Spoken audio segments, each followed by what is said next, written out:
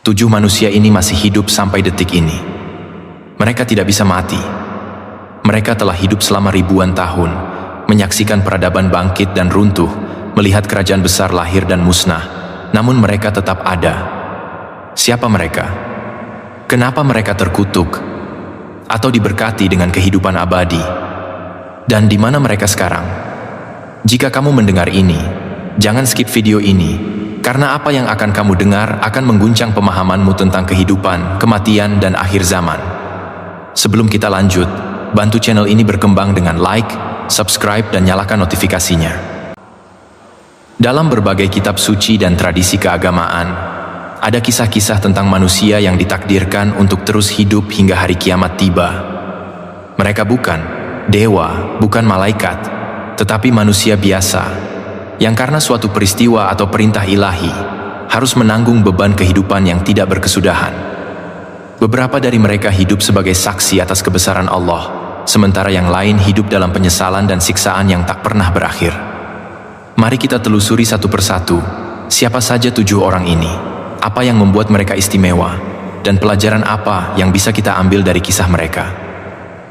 Orang pertama yang harus kita bicarakan adalah Nabi Isa alaihi salam, atau yang dikenal sebagai Yesus Kristus dalam tradisi Kristen. Kisahnya adalah salah satu yang paling menakjubkan dalam sejarah kemanusiaan.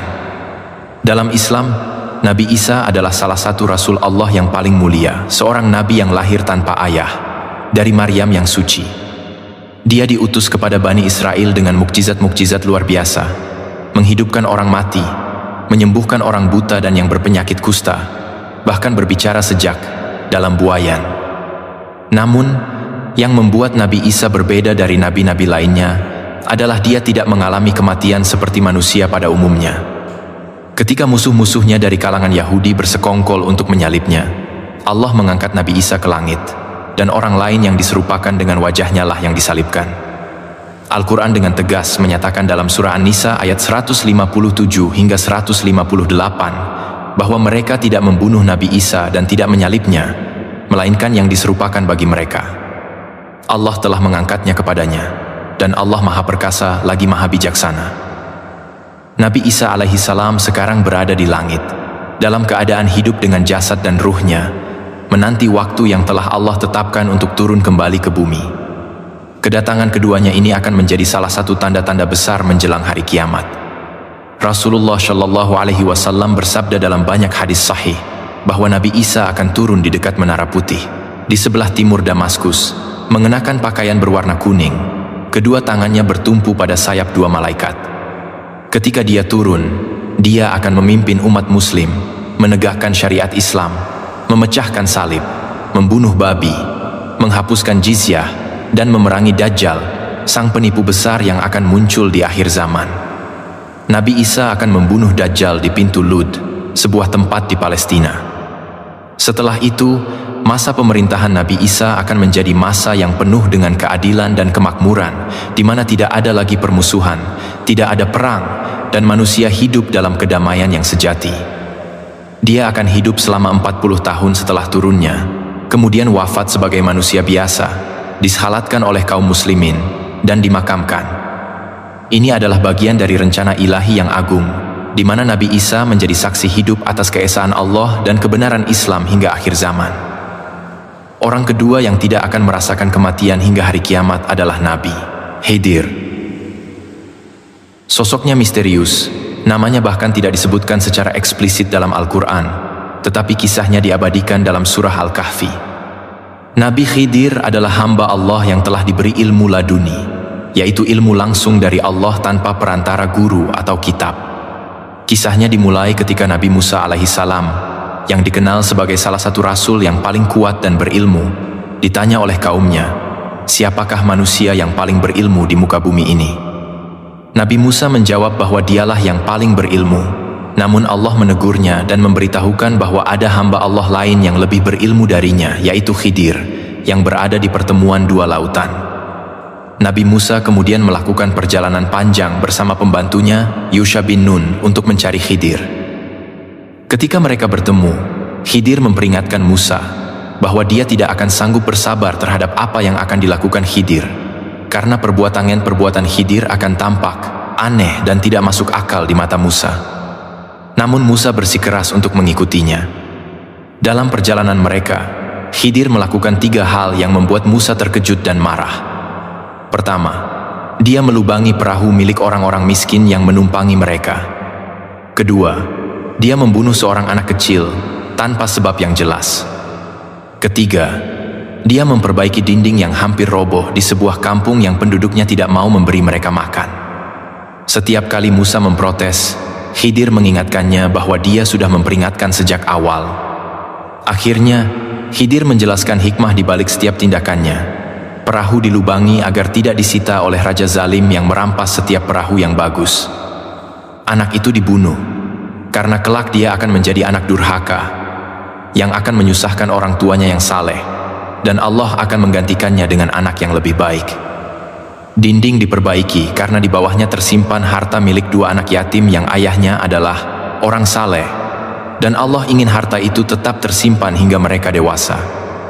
Khidir menekankan bahwa semua yang dilakukannya bukan atas kehendaknya sendiri, melainkan atas perintah Allah.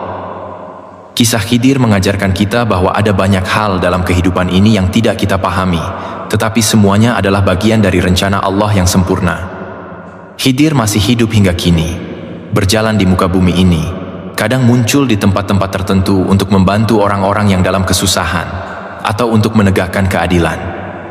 Banyak ulama besar sepanjang sejarah mengklaim pernah bertemu dengan Khidir, meskipun tidak ada bukti fisik yang bisa diverifikasi. Yang jelas, Khidir adalah simbol dari ilmu Allah yang tak terbatas, dan kehidupannya yang panjang adalah rahmat bagi mereka yang bisa belajar darinya. Orang ketiga adalah Dajjal, sosok yang paling ditakuti dalam eskatologi Islam. Dajjal, yang secara harfiah berarti penipu atau pendusta, adalah makhluk yang akan muncul di akhir zaman, sebagai ujian terbesar bagi umat manusia. Rasulullah Shallallahu Alaihi Wasallam telah memperingatkan umatnya tentang fitnah Dajjal lebih sering daripada fitnah apapun. Dia bersabda bahwa tidak ada nabi yang tidak memperingatkan umatnya tentang bahaya Dajjal.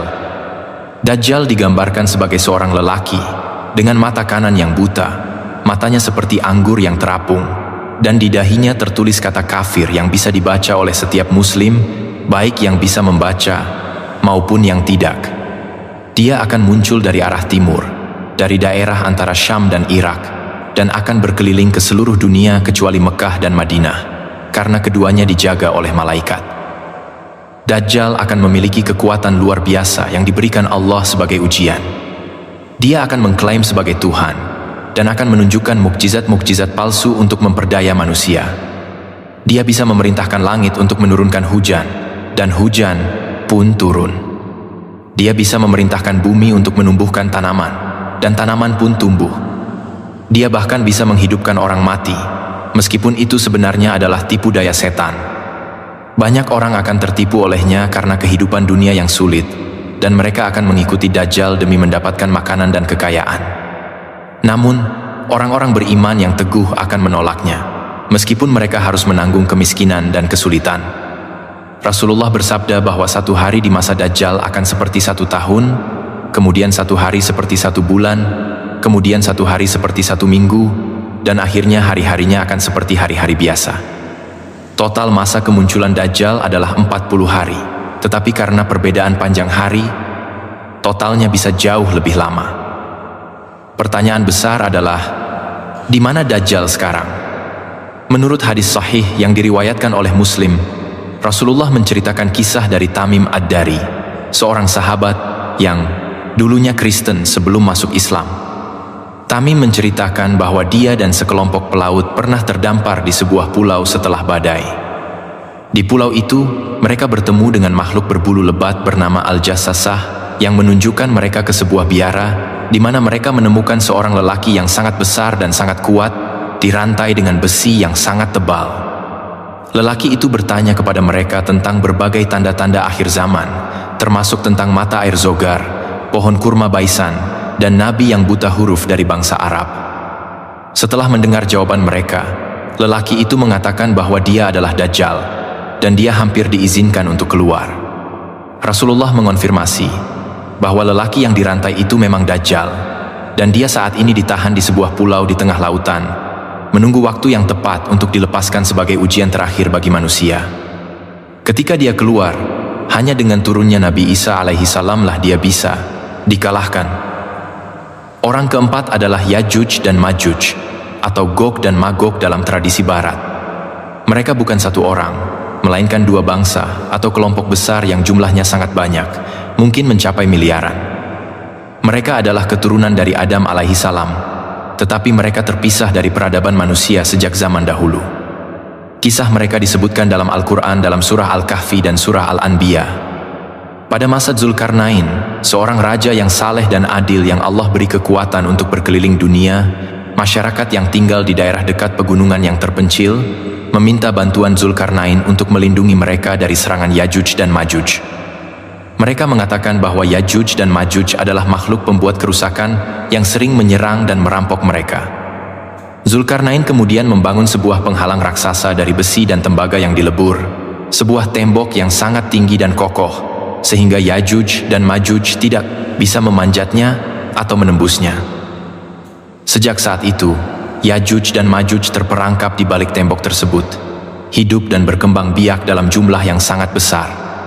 Setiap hari mereka mencoba menembus tembok itu, menggali dan menggerogotinya. Tetapi ketika mereka hampir berhasil, Allah mengembalikan tembok itu ke kondisi semula pada malam harinya. Namun, ada satu hari nanti, ketika tanda-tanda akhir zaman semakin jelas, salah seorang dari mereka akan mengatakan, "Insya Allah, kita akan meneruskan besok, dan dengan seizin Allah, mereka akan berhasil menembus tembok itu." Ketika Yajuj dan Majuj keluar, mereka akan menyebar ke seluruh dunia dengan kecepatan luar biasa, merusak segala sesuatu di jalan mereka. Mereka akan meminum danau, sungai, dan bahkan danau Tiberias sampai kering. Mereka akan membunuh manusia dan hewan tanpa ampun. Ketika mereka merasa telah menguasai bumi, mereka akan menembakkan anak panah ke langit dan berkata bahwa mereka telah mengalahkan penghuni bumi, dan kini mereka akan mengalahkan penghuni langit. Allah akan mengirimkan anak panah mereka kembali dengan berlumuran darah sebagai ujian lebih lanjut bagi mereka, dan mereka akan mengira bahwa mereka benar-benar telah mengalahkan langit. Pada saat itu, Nabi Isa alaihi salam dan orang-orang beriman akan mengungsi ke Gunung Tur, berdoa kepada Allah untuk diselamatkan. Allah kemudian akan mengirimkan sejenis ulat atau cacing yang disebut Nagaf, yang akan menyerang leher Yajuj dan Majuj, membunuh mereka semua dalam semalam. Bumi akan dipenuhi dengan mayat dan bau busuk mereka, sehingga Nabi Isa dan pengikutnya berdoa lagi, dan Allah akan mengirimkan burung-burung besar yang akan membawa mayat-mayat itu dan membuangnya ke laut. Setelah itu, Allah akan menurunkan hujan yang membersihkan bumi, dan kehidupan akan kembali normal dengan penuh berkah. Yajuj dan Majuj saat ini masih hidup di balik tembok mereka. Jumlah mereka terus bertambah, menunggu hari ketika mereka akan dilepaskan sebagai salah satu ujian terbesar bagi manusia. Orang kelima yang tidak akan merasakan kematian hingga hari kiamat adalah seorang lelaki yang dikutuk oleh Nabi Isa alaihi salam. Kisah ini lebih dikenal dalam tradisi Kristen sebagai kisah Ahasuerus atau The Wandering Jew, tetapi ada versi serupa dalam beberapa literatur Islam. Menurut cerita, ketika Nabi Isa sedang diseret untuk disalibkan oleh orang-orang Romawi, dia melewati rumah seorang lelaki Yahudi yang menolak untuk memberikan air kepada Nabi Isa yang kehausan, bahkan mengusirnya dengan kasar. Sebagai hukuman atas kekejamannya, lelaki itu dikutuk untuk tidak pernah mati, melainkan berjalan di muka bumi selamanya hingga hari penghakiman tiba. Dia akan mengalami semua penderitaan dunia, melihat orang-orang yang dicintainya mati satu persatu, tetapi dia sendiri tidak bisa mati. Setiap kali dia mencoba mengakhiri hidupnya, dia tidak bisa, karena kutukan itu mengikatnya pada kehidupan abadi yang penuh penyesalan. Dalam beberapa versi cerita, lelaki ini dikatakan telah muncul di berbagai tempat sepanjang sejarah, kadang-kadang memberi kesaksian tentang peristiwa-peristiwa besar yang dia saksikan, tetapi selalu dalam keadaan gelisah dan penuh penyesalan. Meskipun kisah ini lebih merupakan legenda daripada fakta sejarah yang terverifikasi, pesan moral di baliknya sangat kuat, bahwa kekejaman dan penolakan terhadap rahmat ilahi akan membawa konsekuensi yang mengerikan. Kehidupan abadi yang seharusnya menjadi berkah, bagi lelaki ini menjadi kutukan yang paling berat, karena dia harus menanggung beban dosa dan penyesalannya tanpa akhir. Orang keenam adalah seorang sahabat Nabi Muhammad SAW yang namanya tidak disebutkan dalam hadis sahih, tetapi dalam beberapa riwayat disebutkan bahwa ada seorang sahabat yang meminta kepada Allah untuk diberi umur panjang, agar dia bisa terus berjihad dan beribadah hingga akhir zaman. Doanya dikabulkan, dan dia diberi kehidupan yang sangat panjang, jauh melampaui umur manusia normal. Menurut beberapa ulama, orang ini mungkin masih hidup hingga sekarang, berjalan di antara manusia, menyaksikan perubahan zaman, dan terus beribadah kepada Allah. Namun, identitasnya tidak diketahui, dan dia hidup dalam kerendahan hati, tidak ingin dikenal atau dipuja. Kisahnya adalah pengingat bahwa kehidupan panjang bisa menjadi berkah jika diisi dengan ketaatan, tetapi bisa juga menjadi beban jika tidak dimanfaatkan dengan baik. Orang ketujuh yang tidak akan merasakan kematian hingga hari kiamat adalah seorang pemuda dari kalangan pengikut Dajjal, yang akan dibunuh oleh Dajjal, dan kemudian dihidupkan kembali sebagai bukti kekuatan Dajjal. Namun, ketika pemuda ini dihidupkan kembali, dia tidak akan tertipu lagi oleh Dajjal. Sebaliknya, dia akan menghadapi Dajjal dengan berani dan berkata, "Sekarang saya semakin yakin bahwa kamu adalah Dajjal yang telah diperingatkan oleh Rasulullah." Dajjal akan mencoba membunuhnya lagi. Tetapi kali ini dia tidak akan bisa, karena Allah telah melindungi pemuda itu. Rasulullah Shallallahu Alaihi Wasallam bersabda dalam hadis sahih bahwa pemuda ini adalah orang yang paling tinggi derajatnya di antara para syuhada, para martir, karena keberaniannya menghadapi Dajjal dan keimanannya yang teguh. Dia akan terus hidup, menjadi saksi atas kedustaan Dajjal, hingga Nabi Isa alaihi salam turun dan membunuh Dajjal. Setelah itu, pemuda ini akan wafat sebagai martir yang mulia, dan tempatnya adalah di surga bersama para nabi dan orang-orang saleh. Kisah-kisah tentang ketujuh orang ini mengajarkan kita banyak pelajaran penting. Pertama, kehidupan abadi di dunia ini bukanlah berkah yang mutlak, melainkan bisa menjadi ujian atau bahkan kutukan, tergantung bagaimana kita menjalaninya. Nabi Isa dan Khidir hidup lama karena tugas ilahi yang mulia, sementara Dajjal, Yajuj dan Majuj, dan lelaki yang dikutuk hidup lama sebagai bagian dari ujian atau hukuman. Kedua, kehidupan di dunia ini adalah sementara bagi kebanyakan manusia. Tetapi ada takdir-takdir khusus yang Allah tentukan untuk tujuan tertentu, dan kita harus beriman bahwa semua itu adalah bagian dari hikmat-Nya yang sempurna. Ketiga, tanda-tanda akhir zaman yang melibatkan orang-orang ini adalah pengingat bagi kita untuk selalu bersiap, memperkuat iman, dan menjauhi fitnah-fitnah yang akan datang. Rasulullah Shallallahu Alaihi Wasallam telah mengajarkan kita untuk selalu berlindung kepada Allah dari fitnah Dajjal. Bahkan dalam setiap salat kita, dianjurkan untuk membaca doa, Allahumma inni a'udzubika min adzabil qabri, wa min adzabi jahannam, wa min fitnatil mahya wal mamat, wa min syarri fitnatil masihid Dajjal, yang artinya, Ya Allah, aku berlindung kepadamu dari azab kubur, dari azab neraka jahanam, dari fitnah kehidupan dan kematian, dan dari kejahatan fitnah Al-Masih Ad-Dajjal. Doa ini bukan hanya sekadar kalimat, tetapi adalah benteng spiritual yang harus kita perkuat setiap hari. Kita juga diajarkan untuk memperbanyak membaca dan menghafalkan 10 ayat pertama dari surah Al-Kahfi, karena Rasulullah bersabda bahwa barang siapa yang membaca atau menghafalkan 10 ayat dari awal surah Al-Kahfi, dia akan terlindungi dari fitnah Dajjal. Surah Al-Kahfi penuh dengan kisah-kisah yang mengandung pelajaran tentang iman, kesabaran, dan kebijaksanaan. Termasuk kisah Ashabul Kahfi, kisah pemilik 2 kebun, kisah Nabi Musa dan Khidir, serta kisah Dzulkarnain dan Yajuj Majuj. Semua kisah ini adalah peringatan dan panduan bagi kita untuk menghadapi ujian-ujian besar di akhir zaman. Selain itu, kita juga harus memahami bahwa zaman yang kita hidupi sekarang adalah zaman yang semakin dekat dengan akhir zaman. Banyak tanda-tanda kecil kiamat telah muncul, merebaknya kebodohan, berkurangnya ilmu, banyaknya perzinahan, minum khamr dianggap biasa, orang-orang yang bodoh menjadi pemimpin, bangunan-bangunan tinggi bersaing satu sama lain, dan masih banyak lagi. Rasulullah bersabda bahwa akan datang zaman di mana orang-orang saling membunuh, dan si pembunuh tidak tahu kenapa dia membunuh, dan yang dibunuh tidak tahu kenapa dia dibunuh. Kita melihat sekarang di berbagai belahan dunia, perang dan kekerasan merajalela tanpa alasan yang jelas. Dan ini adalah bukti bahwa kita sedang menuju masa-masa yang lebih sulit. Namun, di tengah semua itu, ada harapan bagi orang-orang yang beriman.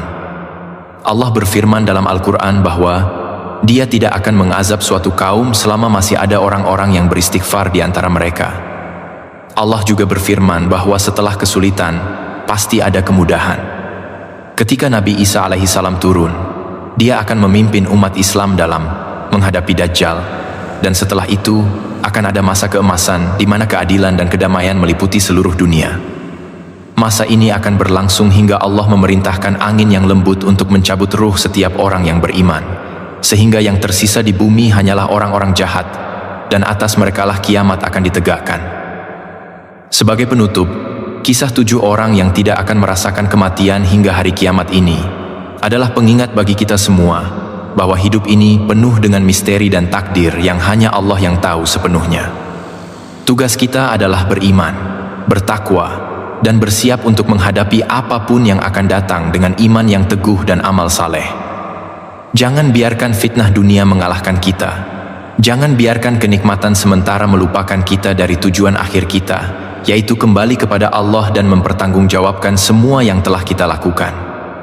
Ingatlah bahwa setiap jiwa pasti akan merasakan kematian, kecuali mereka yang Allah takdirkan untuk tugas-tugas khusus hingga akhir zaman.